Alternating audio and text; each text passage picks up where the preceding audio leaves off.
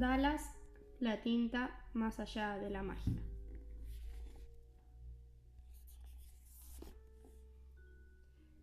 Quiero aprovechar este momento para decir que ya está bien de humillar a los que nos gusta la pizza con piña.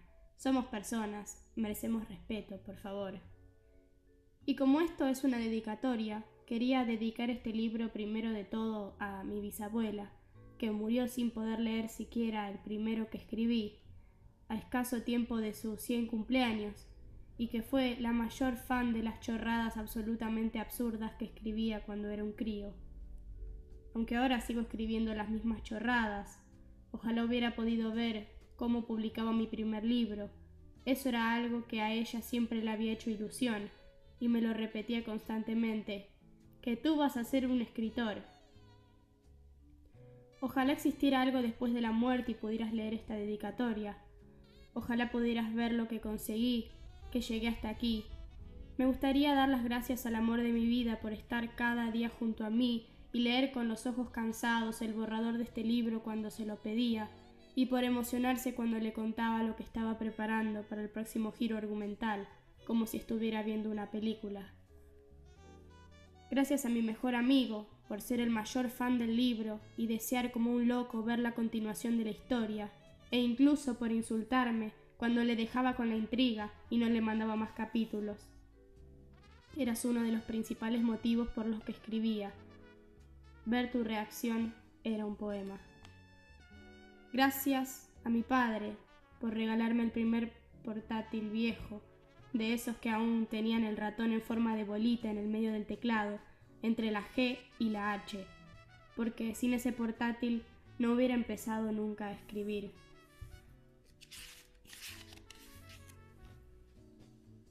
Aunque recuerdo que se estropeó de un día para otro y perdí mi primera novela, pero eso despertó una chispa en mí que terminó incendiando todo el bosque. Gracias a ti por haber comprado este libro. Sin tus ganas de leer y de querer sumergirte en un mundo fantástico, las historias no existirían. Así que gracias por tu apoyo, de corazón.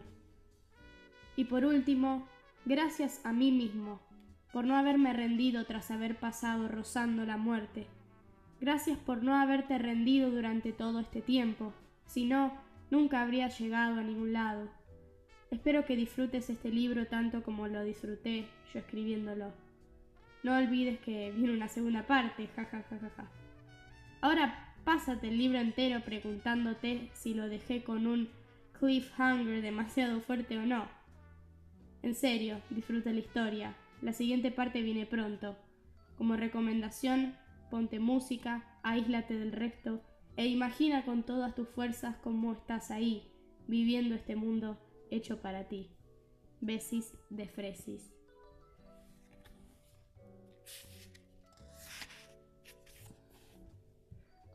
La tinta. Esto es un libro. Sí, puede que te suene un poco rara esa afirmación. Seguramente te resultará bastante extraño que esté apuntando a algo que es obvio, incluso a simple vista, pero estoy intentando que entiendas algo más importante. Libro es una palabra muy poco valorada a veces. A lo largo de nuestros primeros años de vida, cada vez que escuchamos libro, solo entendemos ese montón de cosas aburridas, llenas de papeles con textos kilométricos y horribles dibujos que parecen hechos por un artista manco y ciego. Al final terminamos cogiéndoles hasta manía, a la propia palabra, incluso al mero concepto del libro. Pero eso no es lo que debería ser un libro, o por lo menos no lo que pretendo que sea este libro para ti. Un libro no es su portada, un libro no es su contenido. Un libro eres tú. Si no estuvieras aquí para leer esto ahora mismo, nada de lo que hay aquí escrito existiría. Serían palabras impresas en muchas hojas de papel que no significarían nada para nadie. Sería un árbol que cae en medio de un bosque donde no hay nadie para escucharlo. Pero aquí estás, haciéndolo realidad a cada palabra que lees.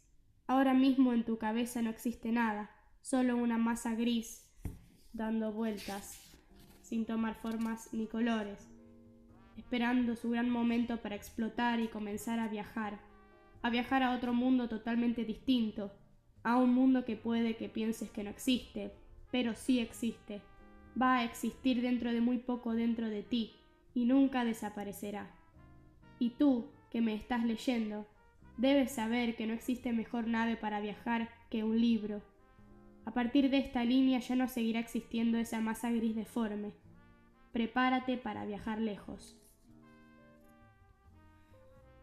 Sus pasos sonaban como truenos en medio de la tormenta, causando explosiones en el agua que ya se encontraba en el suelo.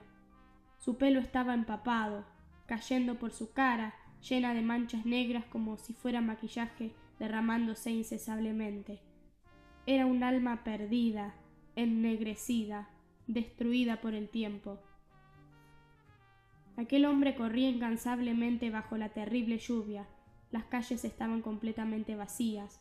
La tormenta era tan potente y era tan tarde que no había personas paseando. La oscuridad era prácticamente completa y las farolas que iluminaban aquella zona estaban parpadeando por las constantes subidas y bajadas de tensión.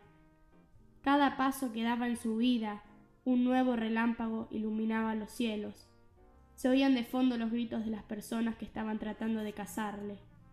Giró rápidamente una esquina y se encontró ante una enorme catedral, pero no una catedral cualquiera. No tenía la forma arquitectónica que cabría esperar de un lugar religioso. Una gran pirámide blanca, con unos escalones muy altos, en cuyo centro se encontraba un rayo de electricidad que se comunicaba constantemente con las nubes de tormenta, como si se tratase de una torre de Tesla.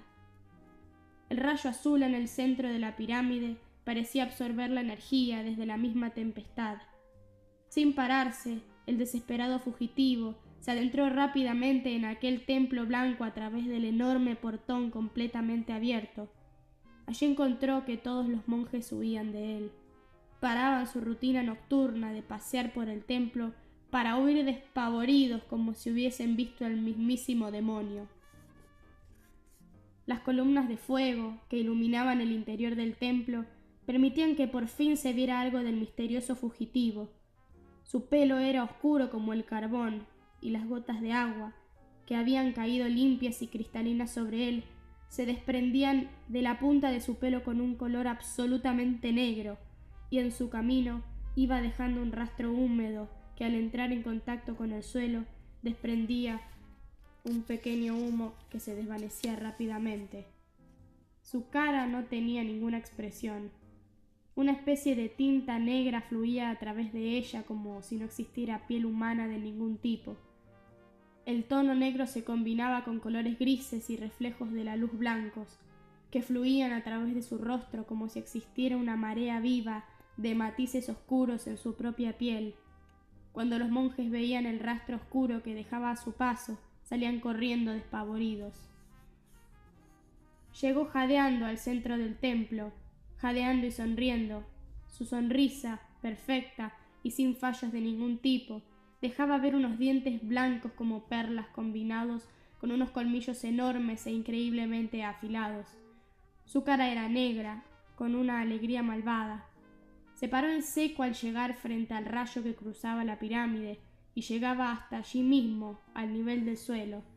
Siguió respirando fuertemente durante unos pocos segundos, mientras el pelo le cubría la cara y dejaba caer más gotas negras que dejaban un enorme charco en el suelo. Llevaba demasiado tiempo ya dentro del templo como para seguir desprendiendo agua de esa manera. Ya no eran gotas de lluvia lo que caía, era el reflejo de su alma. Sus ojos eran invisibles bajo esa melena mojada y negra. Su cara era casi incomprensible para cualquier ojo humano. Tras esos cortos segundos de descanso se incorporó. Sacó un libro del bolsillo interior de su chaqueta de cuero negro, aunque no podría asegurar si era de ese color en origen o había sido parte de ese rastro que dejaba por todos lados, ya que todo su atuendo, de la camisa a los zapatos, era negro. Aquel libro también era oscuro, incluso sus propias páginas eran negras. No había ningún rastro de él que no fuera una oscuridad total. Empezó a susurrar cosas sin sentido, incomprensibles, y de repente, tras pasar varias páginas con rapidez en aquel diario con su dedo, apareció oculta en una de ellas, como si fuera un marcalibros, una pluma blanca por completo. Era tan blanca que incluso brillaba un poco. La agarró lo más rápido que pudo y pasó la punta de la pluma de ave blanca y brillante por su lengua, extendiendo su saliva por ella.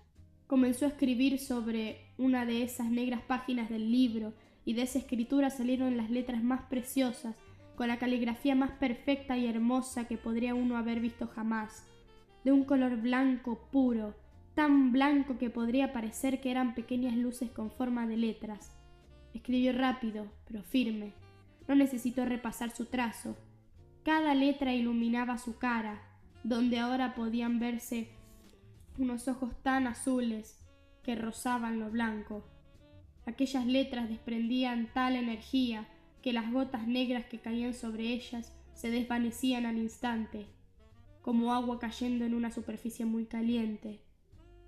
Y de pronto el rayo que cruzaba la pirámide comenzó a abrirse en dos, como si toda aquella electricidad ocultase algo entre los filamentos de su mortal toque.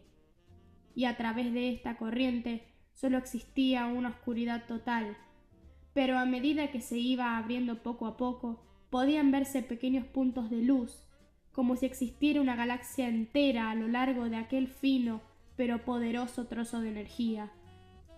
Cerró el libro con una sola mano y sujetó la pluma en una de sus páginas. Con su mano libre alcanzó de nuevo el bolsillo interior de su chaqueta y de él sacó un frasco pequeño que parecía de tinta. Lo curioso era que su interior se movía de forma viscosa, pero aquel líquido espeso no era simple tinta, era mucho más que eso.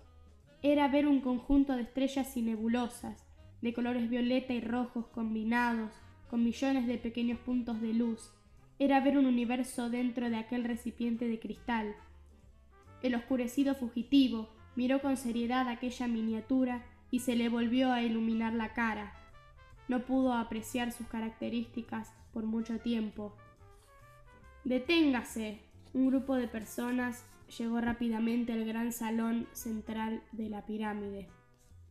El fugitivo dejó de mirar el frasco por un momento y rompió su gesto serio para sonreír de oreja a oreja a la gente que acababa de llegar. Parecía divertido con aquella situación. Miraba a las 7 personas recién aparecidas como si ya hubieran perdido, como si ya no tuvieran nada que hacer y ya fuera demasiado tarde para pararle. Eran 5 hombres y mujeres vestidos con enormes gabardinas azules. Llevaban todo el mismo tipo de hombreras, que eran como las armaduras de placas, una vestimenta de la autoridad, y en último lugar aparecieron 2 mellizos. Ambos vestían con un uniforme muy similar, pero de color marrón y sin las sombreras de placas de hierro, con un estilo semejante al de un detective del siglo XX. Uno de ellos era un hombre y otro una mujer, adultos, de mediana edad. Cuando el fugitivo ennegrecido los vio llegar, su sonrisa dejó de ser tan amplia. Poco a poco fue reduciendo su tensión en los labios para dejar de sonreír, evidenciando su temor hacia aquellos 2 uniformados mellizos. «Suelta la tinta», dijo el mellizo.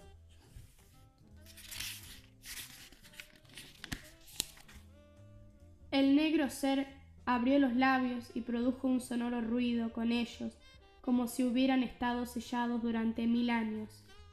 «¿O qué?», volvió a sonreír de nuevo el oscuro. Y soltó una leve carcajada sarcástica. En caso de que lo hiciera, ¿se supone que eso iba a mejorar mi situación actual?